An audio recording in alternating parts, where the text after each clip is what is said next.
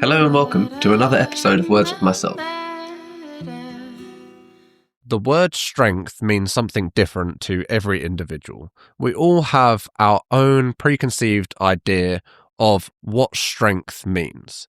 And it doesn't matter whether you're talking about it within the feminine or the masculine context.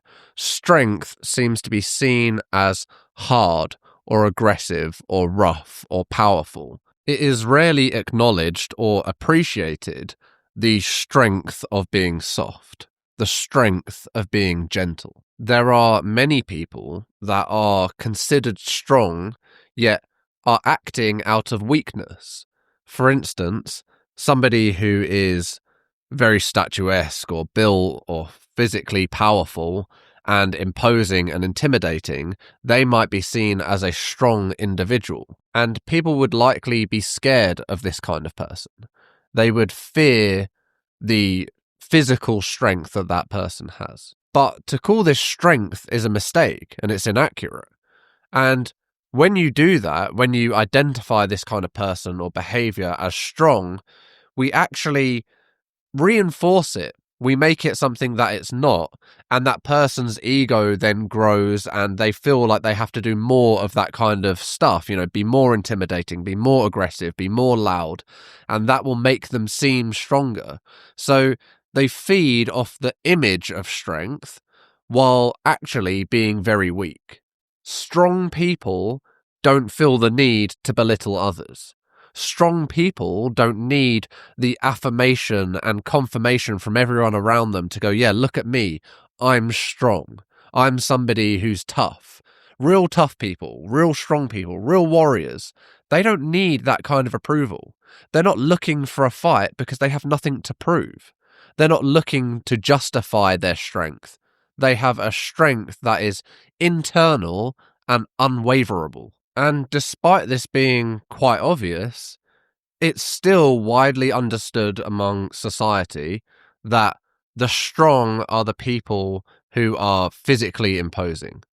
The characteristics of somebody who is strong relies on musculature or physique or dominance. But these are mere aspects of strength. They are not strength in itself. Somebody could have all of the physical attributes of somebody who is very strong, but they could be self-conscious. They could be insecure. They could be weak of character and often lie because they're scared of being caught out or scared to be in trouble or scared to stand up for what is right. There are many types of strength and few of them are actually related to the physical. And this is why people mix up strength as a masculine trait and not a feminine trait, when both have strong elements and they both have weaknesses. You might think somebody who is dangerous or willing to jump into a fight at a moment's notice, they're the strong people. But it takes far more strength to be kind. It takes far more strength to love. Acting out of fear, acting out of, having all of these walls up and being dominant and being a bully, that's all projection. It's all because you're scared. It's all rooted in fear. People do that because they need people to believe that they're strong so that it protects them. They need to project this image of danger or, if you mess with them, that they'll attack you or they'll threaten you or they'll do something to you to harm you. They need that image so that it seems like they're strong, so that they have the illusion of strength. Whereas somebody who, might be on the receiving end of this, but somebody who can still say, I know you're hurting, I know you're upset, I know you're worried or scared. I don't want you to have to act like this anymore. I want you to feel like you don't have to put up this act anymore. You can rest. You can not be aggressive. You don't have to put on a front with me. You can talk with me. Open them up. Give them love. Give them care. That, in the face of adversity, is far stronger than meeting fire with fire.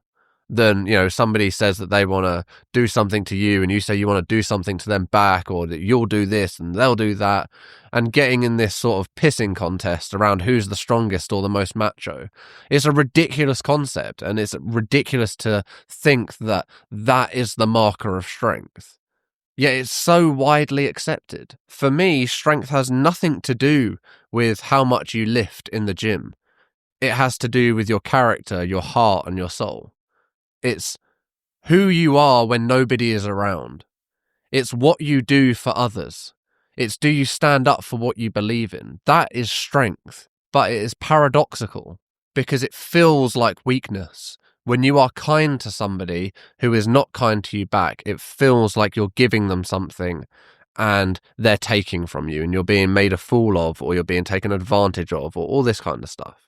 And of course, you must have boundaries, but being able to be kind or loving or caring in the face of somebody who is the antithesis of that, that takes more strength, more courage, more heart, more character than you could ever have by being imposing or on the side of evil. The side of evil is always rooted in fear. It's always that somebody does something because they feel like the world is unjust and they need to punish people like they've been punished, and it's all reasons of fear. Oftentimes it's the strong who look weak and the weak who look strong. It's all flipped. But in yourself, don't compare. Don't think that you're not strong because you don't do things like other people do or that other people want you to do. Don't feel like you're weak because you choose to be soft. And that doesn't mean that you can escape conflict or even combat. It doesn't mean that you get out of that. It means that you have the capability of standing up for yourself, of fending for yourself, but you choose to remain soft. You choose to remain gentle and caring and loving. That is strength. Not harming anyone, not upsetting anyone, people pleasing. That isn't strength.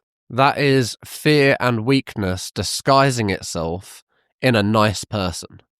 And they can use that nice justification to avoid being good.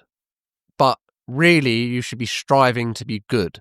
Nice is appropriate sometimes. It's nice to be nice. It's nice to be pleasant.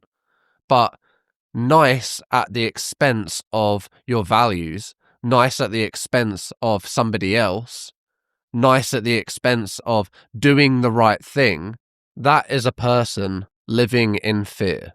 It is difficult to be good. It requires an incredible amount of strength to stand up for what you believe in, to stand up for other people, to do what is right, to be honest, to be open. That takes real strength. And it is important to reconcile this image of strength so we know the ideal we are striving for, that we are trying to attain. That image of strength should be something that we are capable of, that we are able to become, because we are all capable of being strong. Strength is a choice. It's a repeated choice. Someone could be strong today and weak tomorrow, but real strength, inner strength, is built on a solid foundation that you have committed to doing the right thing, to trying to be the best you can be, to try to be good, to try to be honest, always. I know that many of us want to be good, but I do think that few know the real price of being good. They think it is something to do with not doing stuff, not doing something that's harmful, not offending people, not upsetting people. But it's far more to do with what you do, as well as what you don't do. You cannot be weak and fight injustice, but fighting injustice is what a good person would do. If somebody gives and it costs them nothing, it's nice, but it's not as good as somebody who gives knowing that they're risking something, knowing that they are giving up something or sacrificing something by doing what they know is the right thing to do. But to take risk, to give what you don't necessarily have to lose, that requires strength. And yet that is what a good person would do. There isn't a weak good person. There are weak, nice people, and there are strong, nice people. But there are no weak, good people. So, if you want to be good, if you want to strive to be a force of good in this world, you must accept that it comes at the cost of strength, requiring a great deal of strength. And being strong is not easy. Being good is not easy. Being nice, on the other hand, a lot of people do it. A lot of people find it very easy to be nice because it soothes their fear. It already kind of fits in with their temperament. It fits in with how they want to live their life. And it isn't as big of a risk as being good. If you want to be good, it will cost you. It will cost you, and most people are not willing to accept the price. Because 9 times out of 10, it will mean doing the thing that you don't want to do. Doing the difficult thing. Doing the thing that you're scared of. Doing the thing that frightens you most. That is the cost of being good. And it is also the cost of being strong. If you ask for strength, if you say, I want to be a strong person, then life is going to throw challenges at you. It's going to throw all of the worst cards, and you're going to have to make the best out of them.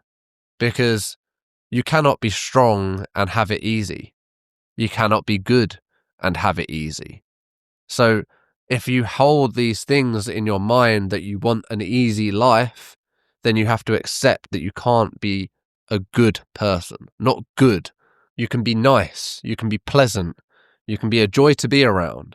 But you can't be a good person without sacrifice, without values, without strength. They are prerequisites to being good. And I believe this is why a lot of people get stuck in their affirmations or what they want to create, is because they give mixed messages. They say something like, I want to be strong, but I want it to be easy. Whereas those are opposing forces. Difficulty begets strength, not ease. And the cost is much easier to bear when you accept it willingly. When you know that things are going to be difficult. When you are prepared and you are willing to step up. You're willing to take on the challenge. You're willing to stay strong. If you are looking for the easy way, or you're looking for the path of least resistance, then you won't find what you're looking for on the other side of that. You will find what that road, what that path leads to, which is comfortability, which is complacence. It's passivity and inaction. And for me personally, I know that the road of strength is difficult. I know that it comes with challenges, but for me, I can't imagine it being easier than living life as a coward, than living life as somebody who fears life, who fears what they do, who lives from fear, who is rooted in fear.